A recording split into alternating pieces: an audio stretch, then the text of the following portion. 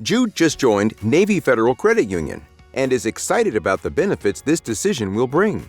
His sister Ava is also interested in reorganizing her finances.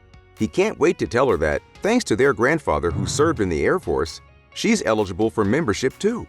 When Jude tells Ava about Navy Federal, she's worried that it will be a lot of work to set up a new account. Jude says he'll show her how easy it is.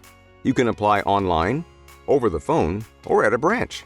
With your eligibility confirmed, Navy Federal will ask you to provide personal information, like your name, date of birth, social security number, citizenship status, so they can verify your identity. Here you can include any referral information you may have, like the name of a member who referred you and their access number.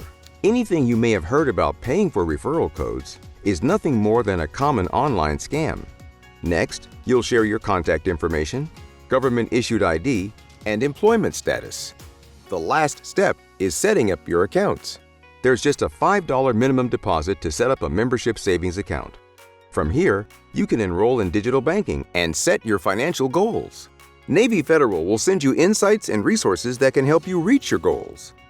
Congratulations! You're a member and now part of the Navy Federal Credit Union family.